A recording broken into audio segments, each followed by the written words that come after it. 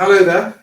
I am sitting here in my flat in London with Housing Stig, none other than. I've just realised I've got to put his mug up on the screen for you. There he is.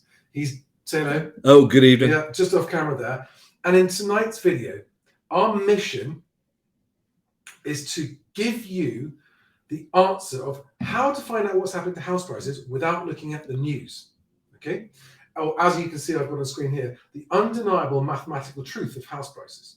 So this is the least unreliable way of objectively working out what's happening to house prices using verifiable data that doesn't come from any media source. And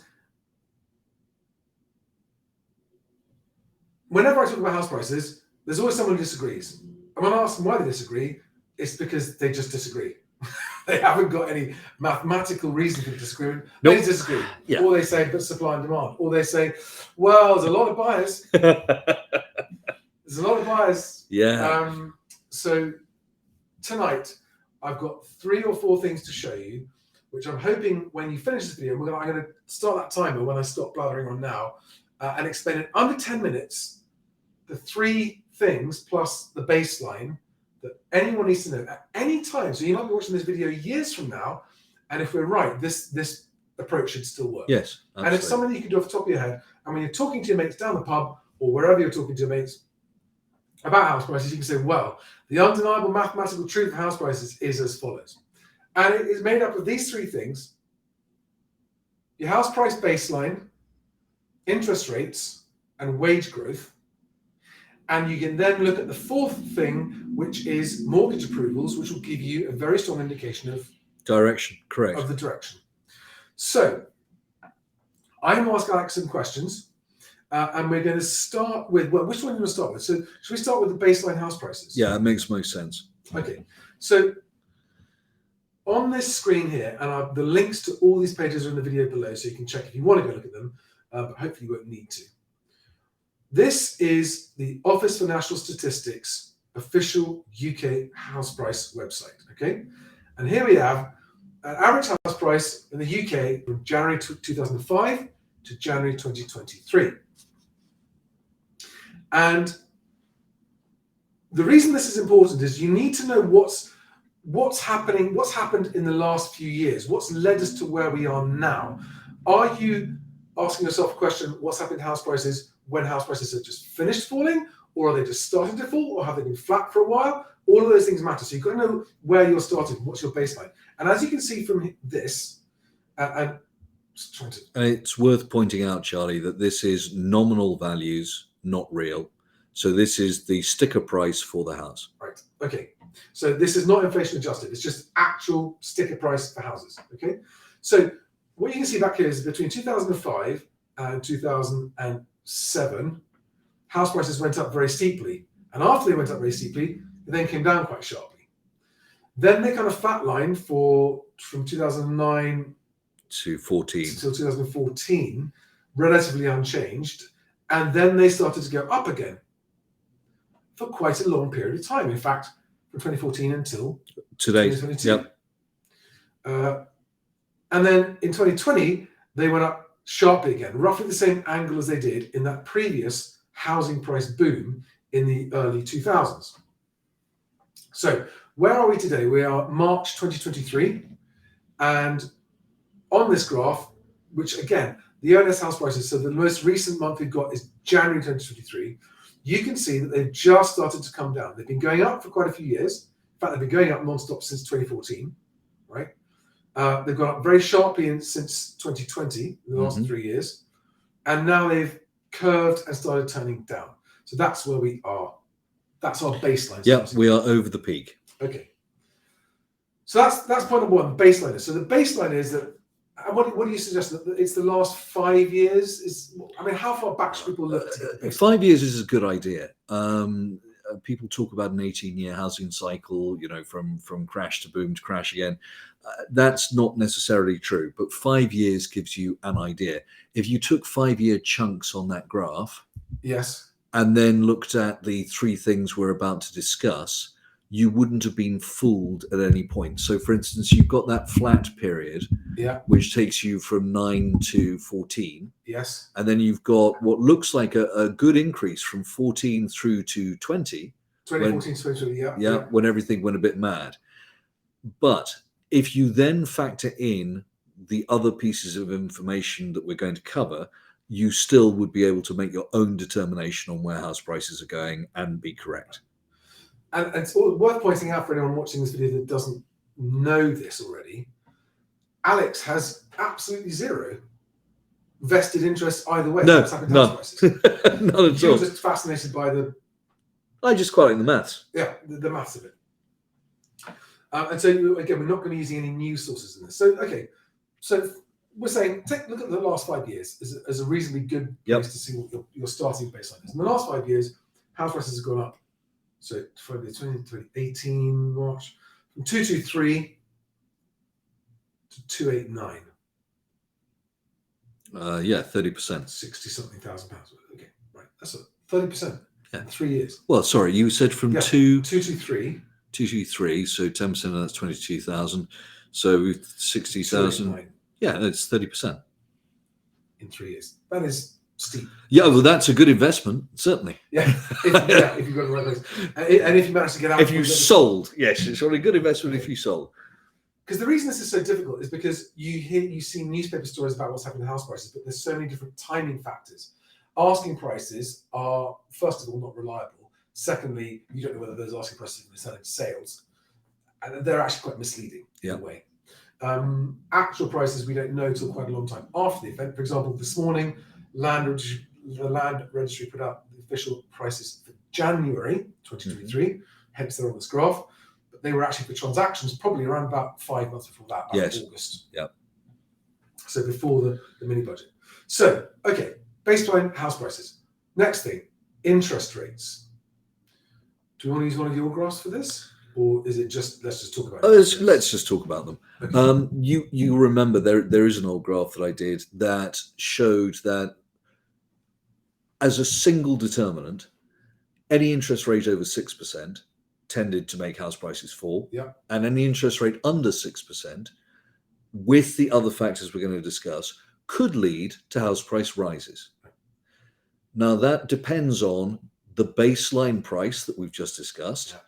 And it also depends on real pay. Yeah. So at the moment, people will be saying, well, hang on a second, mortgage rates are only 5%, 5.5% perhaps. Well, that's under 6%. We could still have growth. Mm-hmm. Possible, except we've just had a look and you've seen house prices have risen by 30% in the last few years. Yeah.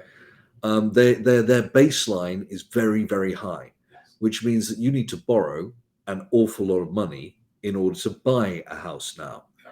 And so an interest rate of 6% historically against a lower baseline is the equivalent to an interest rate of 4% against the current baseline. So that's why you need all three of these things we're going to discuss in order to make your determination. If you look purely at interest rates, you would say, well, from 95 until 2007, we had a house price boom whilst we had a 5% interest rate. Mm-hmm. That's true, without a doubt. But house prices had started from a very low level after the big crash in the early 90s. Number one. And number two, real wage growth ran from 95 to 2007 at 36%. Right. So wage growth is the other big factor, which I'll just switch to this graph as well, because this is the other big factor is wage growth. Okay. And this graph is the OECD website, which I've linked to below. And you can see that, so it was from 1996 up to 2007 was very 30% almost. 36% from 95. Right? So even though interest rates during that period were around 5%, house prices today yes, sounds very high, but back then it wasn't. Correct. Right, 5% interest rates then with a low base price starting for houses Correct. and high wage growth led to strong house price growth up to 2007. Exactly that. Okay, so those are the three things. So wage growth, interest rates, house prices. That's the relationship explained there. So what's the base starting point? Okay, let's crack through it, because we've already used up 6 minutes of that. So do we want to look at what's happening, what happened from the period? Somebody will say, well, but Charlie, we've just seen house prices really increased from 2014 onwards. And there was almost no real wage growth. Real wage growth in that period was less than 5%. Well, that was because our bank interest rates were so low that you were getting mortgages for 2.25 or 2.5%. So so we've got two different types of growth here in house prices. From 95 to 2007, we had growth, even though interest rates were 5%, and therefore mortgage rates would have been about 6.5%. We still had really high wage growth that allowed us to invest in houses because they're starting from a low start. In 2014, they were also starting from a relatively low start after the crash of 2008, 2009. But we didn't have any wage growth, 5%, tiny. But we had tiny interest rates. Right. And that, therefore, allowed that growth again. Yeah.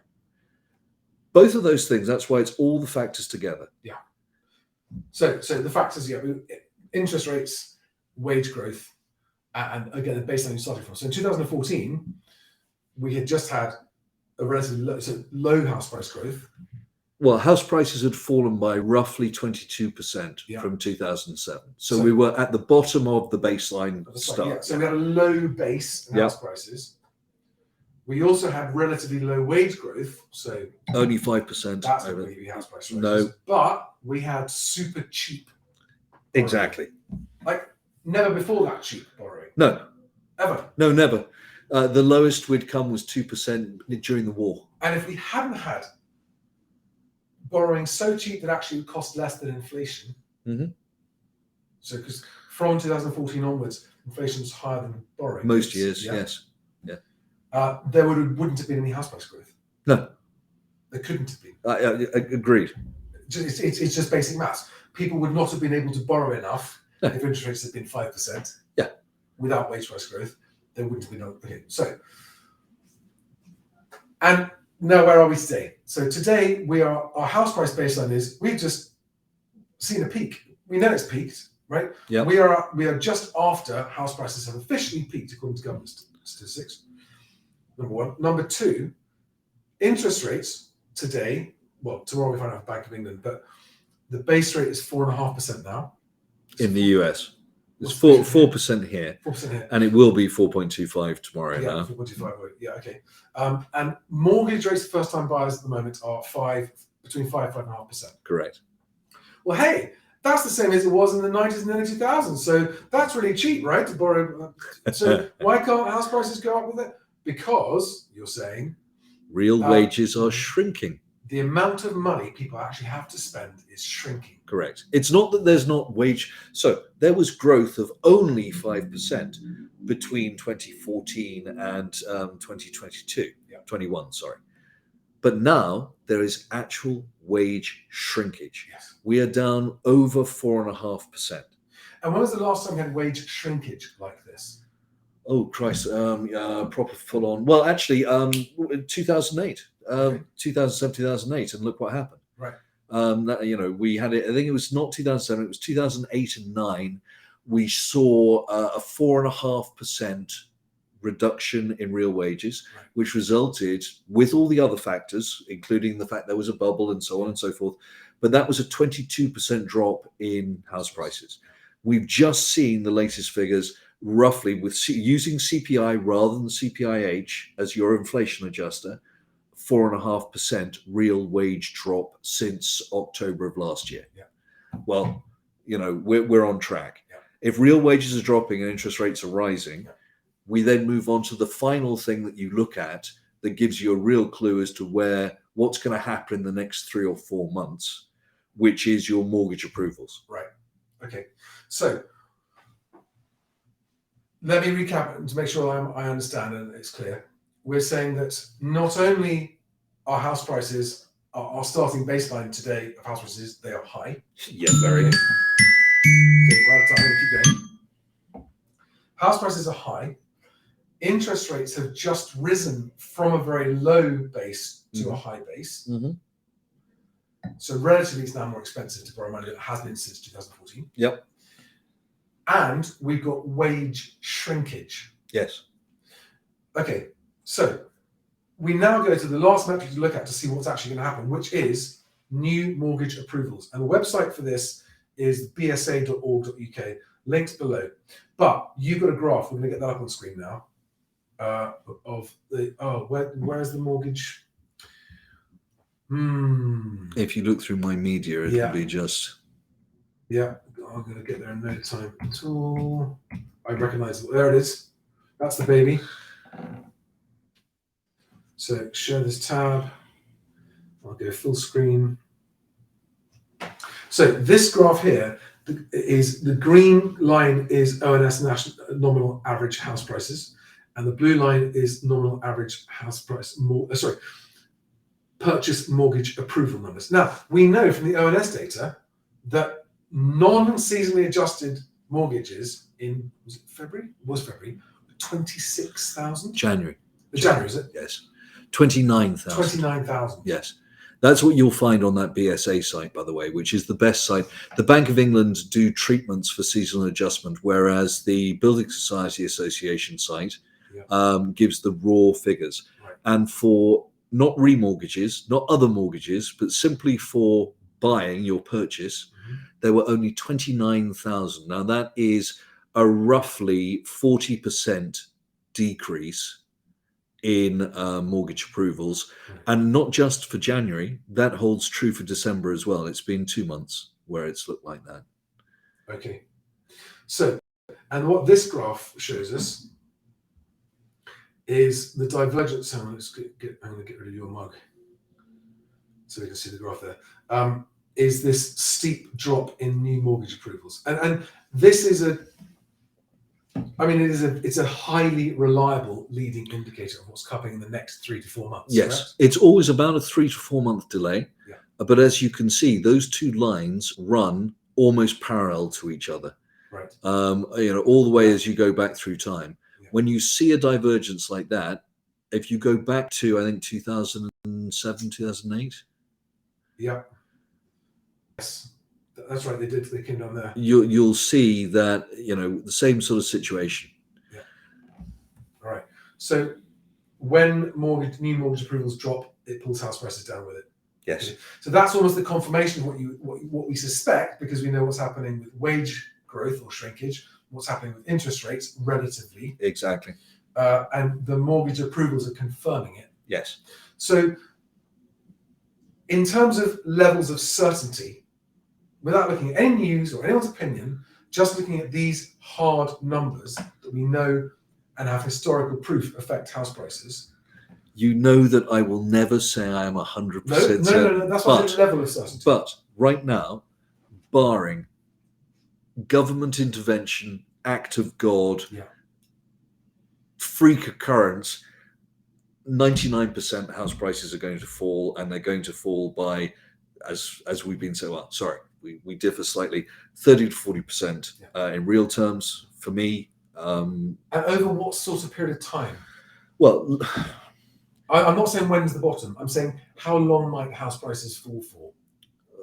Well, again, in real terms or in nominal terms? Let's just talk in nominal terms.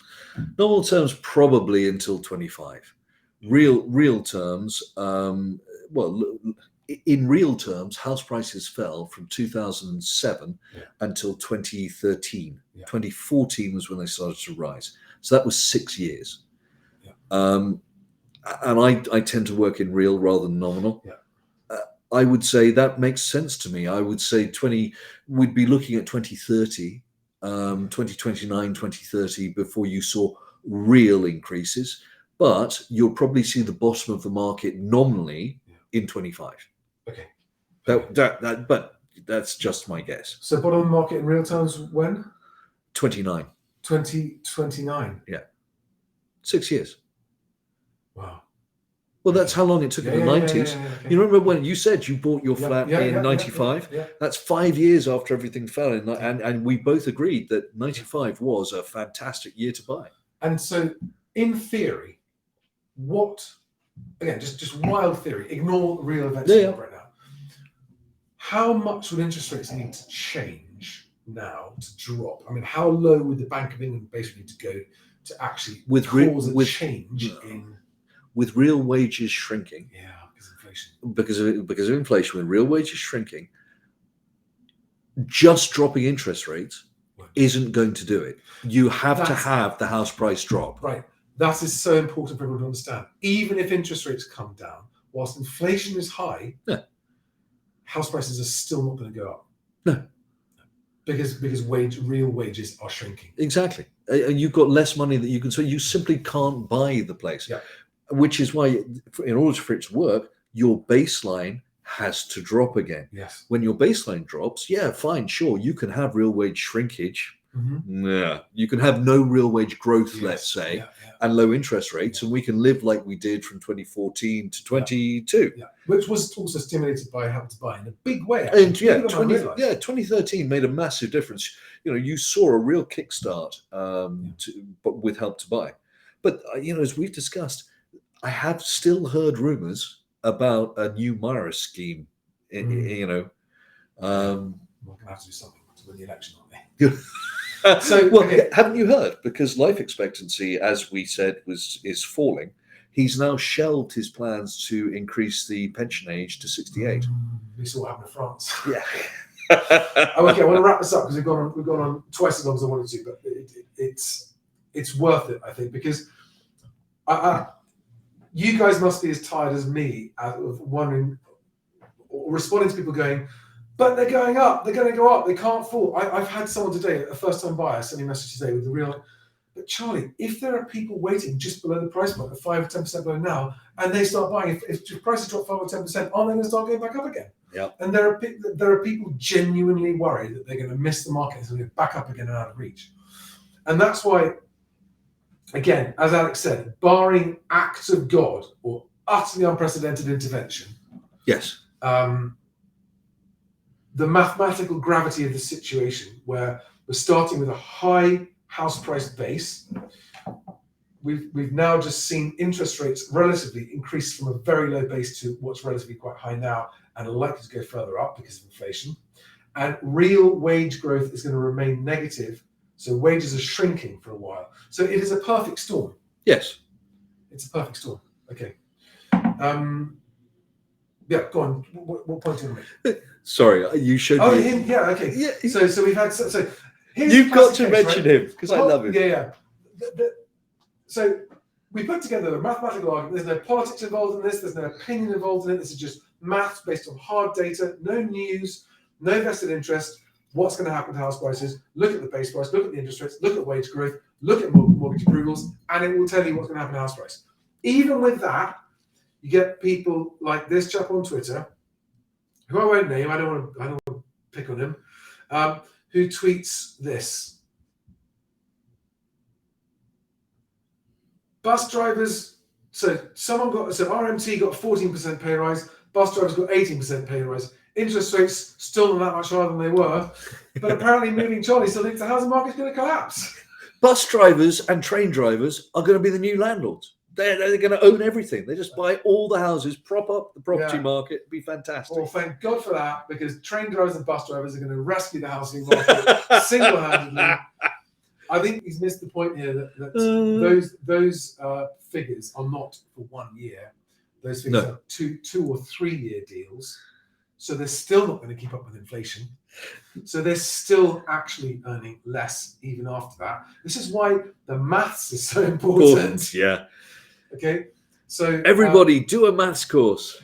This chap is, I'm assuming it's a chap, because of the name. It sounds like a chap. So this person is a classic case of the it's going to be fine. Oh, bus drivers got 18%. 18%. So that's exactly the kind of argument that we've done this video to counteract. Yes. Okay. But interest rates are So it costs twice as much to borrow money now as it did a couple of years ago. People's incomes have dropped. People can borrow less. And what was the other one? And the baseline for house prices is through the roof. And the baseline house prices through the roof, exactly. So that's right. And mortgage Approvals have new dropped. Mortgage approvals have dropped, which is a Massively, very 40%. So none of that data relies on any industry organisations or anything. There's else. no media bias. You don't need to worry about those nasty boys in the media doing terrible things. This is verifiable data. Guys, I hope that's helpful. It was a bit of a ramble, but wrapping it up, it's base house price, interest rate change relative to where they were, earnings, and then look at mortgage approvals as a very reliable indicator of what's happened in the next 3 to 4 months. On that happy note, I'm going to end it. Thanks for watching. See you on the next one. And if you are a first-time buyer or any buyer, I've just opened up the group on Buy Me a Coffee. If you want to join it, I'll put the link below to the private buyers live stream group.